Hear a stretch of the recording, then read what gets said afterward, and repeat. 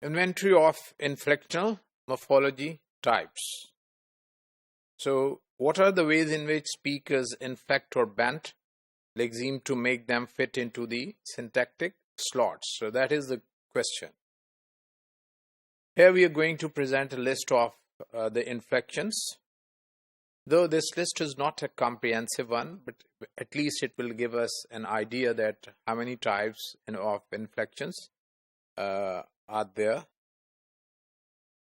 Fixation and Stamp, alternation. It's a most common one. It's a common inflectional categories. We present it with stamp alternation, another means of expressing inflection in the word's languages.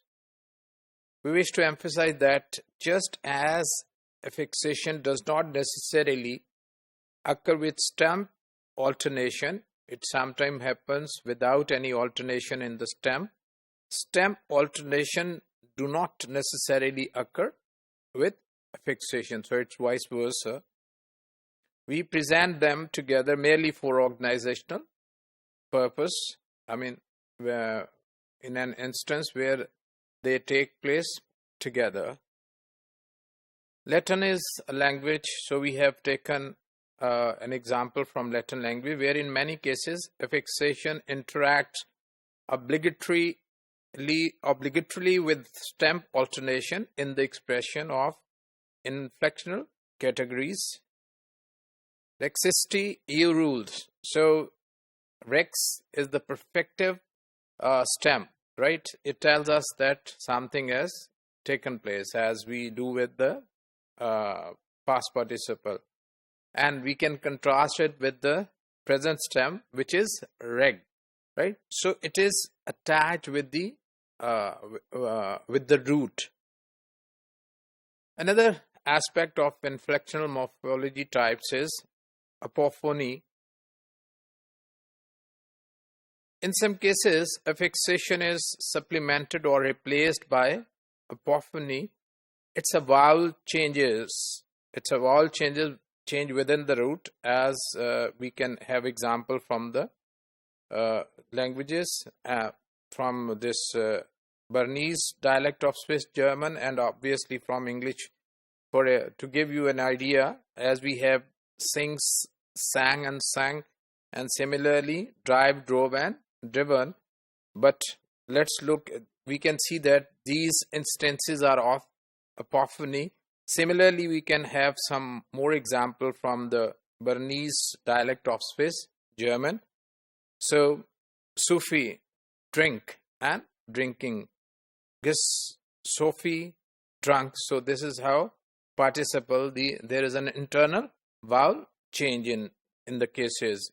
In English as well as in that Bernese dialect. Similarly, chuemi, swim, and mi swam. So you can see the instance of vowel change. Fifi, whistle, it's an infinitive, and Fifi, whistled, past tense. So the internal vowel change. Other terms for apophony are internal change, and particularly when referring to English and other Germanic language is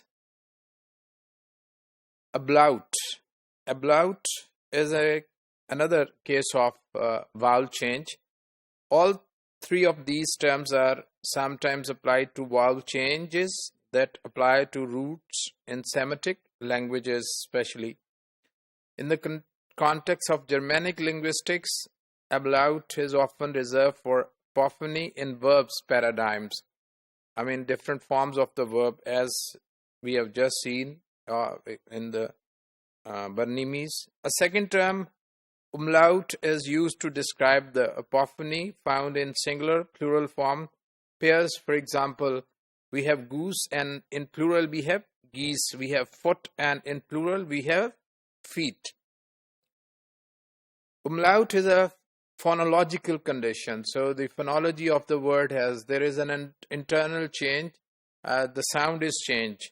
right? Conditioned alternation in which a vowel assimilates in part to a succeeding vowels. The term is used even when the succeeding vowel has been lost. I mean, sometimes because during the great vowel changes, these things took place when the succeeding vowel changed, and the changed vowel remained in the word.